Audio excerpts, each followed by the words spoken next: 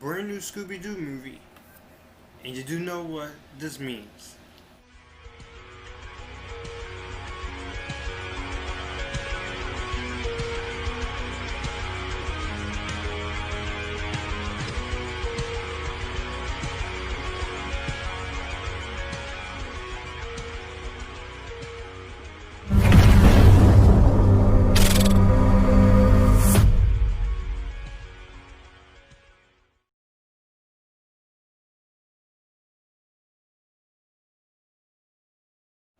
What's going on, guys? This is me, Joshua, aka Feature Filmmaker 3940 Reviews, where we talk movies, TV, and music, and I am here to give you guys my thoughts on the brand new Scooby-Doo film, Scoob, which is supposed to be the first film in a shared cinematic universe with Hanna-Barbera characters. This is the sixth theatrically released Scooby-Doo movie, and this is a brand new interpretation on Scooby-Doo, directed by Tony Cervone, written by Forte, starring Forte, Mark Wahlberg, Jason Isaacs, Gina Rodriguez, Zac Efron, Amanda Seyfried, Kiersey, Clemons, Jeong, Tracy Morgan, and the voice of Frank Welker as Scooby-Doo. With hundreds of cases solved and adventures shared, Scooby-Doo and the gang of Fred, Daphne, and Velma face their biggest challenging mystery ever, which is a plot to unleash the darkness upon the world. As they race to stop this global dog apocalypse, the gang discovers that Scooby has a secret legacy and an epic destiny that's greater than anyone could have ever imagined.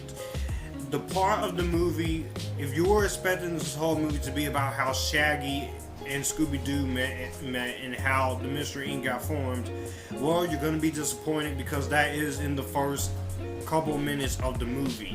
Now, if you guys are new here, be sure to hit the like and subscribe button and the bell to get notified when new videos are up, because I post every single day, every single week.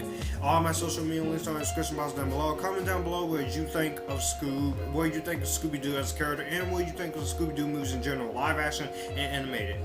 And if you would like to send money to my chime, or you want to send fan mail, you can DM me or email me privately to do either one of those. With that being said, let's get started talking about Scoob.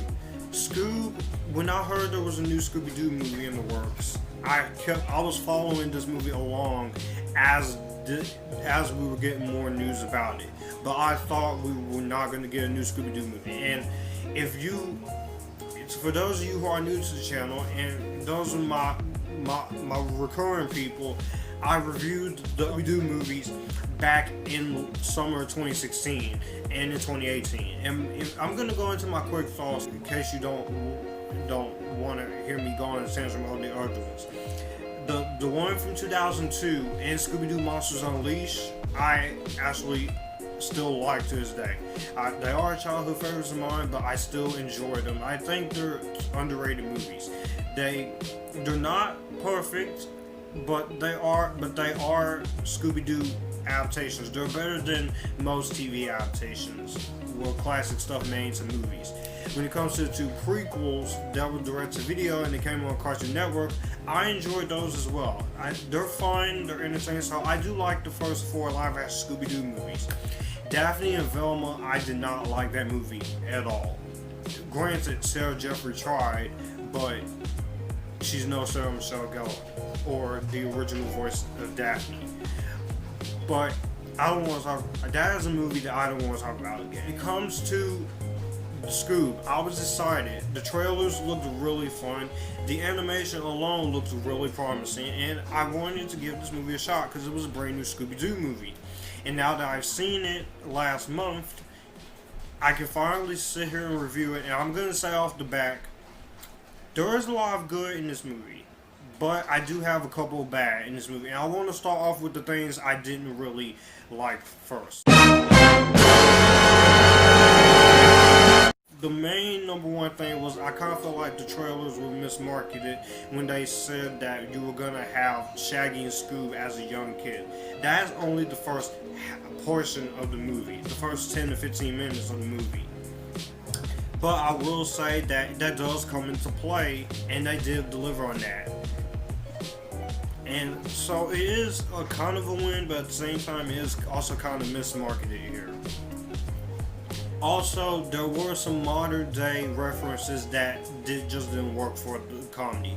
Some of the modern day references, like Tinder, a few other modern day references, I get what they're trying to do. They're trying to modernize Scooby-Doo for a new generation, but at the same time, a lot of the modern jokes does not fit for this movie at all, and that is another big criticism that does come into play with this movie, is that some of the jokes in this movie, especially some of the modern jokes, are feel out of place. And also the Simon Cowell cameo is also way out of place. That did not need to be there. You could have easily cut out that part of the movie. And I will say that this movie feels more like a blue. This movie feels more like a Blue Falcon movie than a Scooby-Doo movie, because for a good majority of the movie, you do have the Mystery Inc. separated from one another. You have Shaggy and Scooby-Doo with Dick Dastardly and Dee Dee Sykes, and Fred, Daphne, and Velma off trying to save them and do their own thing along the process. And it's not until you get to almost nearly the end of the movie where everyone just come together. But I will say I did like how they approached it. It wasn't forced, it wasn't boring, it wasn't bland. I just felt like if you would have a lot more scenes with the mystery incorporated, attached, then I could easily just said, okay, I can go on with this. And also, this movie does try a little bit too hard, not too much hard, to set up a cinematic universe, then rather be its own movie in places. In a lot of places, I can tell that this is trying to be a film. But I feel like if you would have just been 100 more on focusing on this one movie, and then plant a seed to set up cinematic universe towards the end of the movie, then I felt like it would have been natural. Don't get me wrong, I am curious to see what the rest of the Hanna-Barbera cinematic universe will be, despite mixed reactions from people and most audiences. But I felt like you could have done more with that.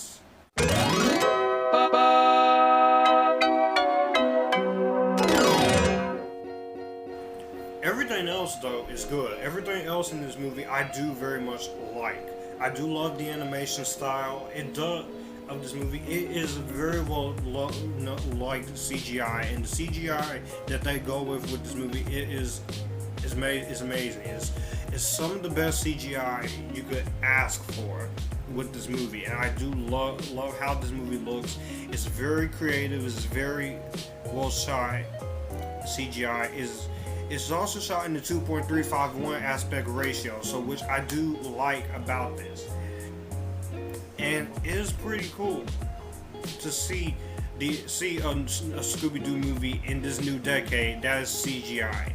And it sticks very well closely to the colors of each of the characters. There's a lot of vibrant colors. You can tell the budget is on screen, because this was intended to be a theatrical release until this whole, pandemic. But I gotta say that they really did go on the animation part. As far as the soundtrack goes and the score goes, I think the soundtrack and the score is very, very well done. Junkie XL does the music. You have a nice soundtrack in this movie that is very upbeat, is very hot, and you do get a new rendition of the Scooby-Doo theme. Also, I will say that almost all the voice acting is good, minus Simon Cowell. You have Mark Wahlberg as Dick Dastardly. Jason Isaacs is the villain, which I guess another one of my problems. I think he's a lackluster villain. Jason Isaacs, aka Draco Malfoy's father, Lucius Malfoy, he does a good job here. And also, Jason Isaacs, he does a good job, but I felt like he was being a little too insanely over the top for his own good. Also, again, Simon Cowell didn't need to be there. But I think the rest of the voice cast is great. Zac Efron is Fred, Amanda Seyfried is Daphne, Kiersey Clemons as Dee Dee Dashley, Ken Jeong, Tracy Morgan, even Gina Rodriguez is Velma. I know some people were mad because they cast a Latina as Velma, but I don't mind being diverse as long as it's not forced. And while it does feel forced a little bit, it doesn't really upset me, it doesn't really offend me, because that's what I want to see. I want to see a diverse cast of different actors and actresses in live action or animation. And I do say the voice of Scooby-Doo is really nice in here. But again, another criticism when it comes to this voice cast, even though I am giving Gina Rodriguez praise, I do feel like she is kind of a miscast here as Velma. And there are times where I do feel that miscast situation. But the other big miscast here is Will Forte. Will Forte, he is a funny guy, and he does do what he can as Shaggy, but but trying not to compare him to Matthew Lillard is hard, because I do kind of wish Matthew Lillard was asked to come back as the character, but for some reason they didn't let him come back, because he's been playing Shaggy in the anime movie since the late Casey Kasem passed away. But I gotta say that Will Forte, he doesn't do a bad job. It's just that at some points he's good, and at some points he's kind of bad as Shaggy.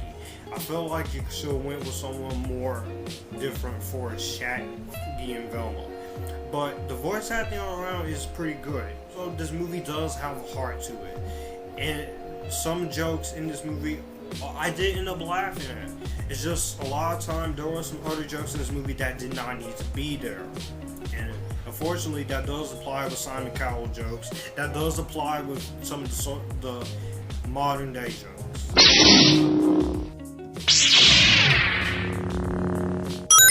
Final thoughts on Scoob. If you want to send money or send fan mail, DM me or email me privately in the description box down below. If you are new to the channel, be sure to hit that subscribe button and the bell to get notified when new videos are up. Tell me what you think of this movie down below. Do you like it? Do you hate it? Or somewhere in the middle or in between? And if you want to go all my social media links, follow me there. That'll be good to do that. Overall, Scoob, I think this is a fun movie. It's a nice, good return to see Scooby-Doo get a full-length animated film once again. Even though this was supposed to be theatrically released, this movie, I'm glad it went to streaming. I'm glad that this movie exists. I'm glad that we have another Scooby-Doo movie again this decade, because I grew up with the cartoon and you can't get enough of Scooby-Doo. So, like I did say, there were some jokes that didn't need to be there. It does go into the case of syndrome of feeling more like a cinematic universe than its own movie. I feel like the casting choices for Shaggy and Velma were a bit of a miscast, and there were some modern day references that didn't need to be there, and you could easily take it out. And I did wish there was more with Shaggy, Scooby, Fred, Daphne, and Velma together. But I would be lying if I didn't say that this is a fun family film. And I enjoyed this movie despite a lot of problems. So with that being said, I will give Scoob a highly recommended. Those are my thoughts on Scoob. Be sure to be on the lookout for more videos. And until next time, you guys keep it cool and join the Epictasticness.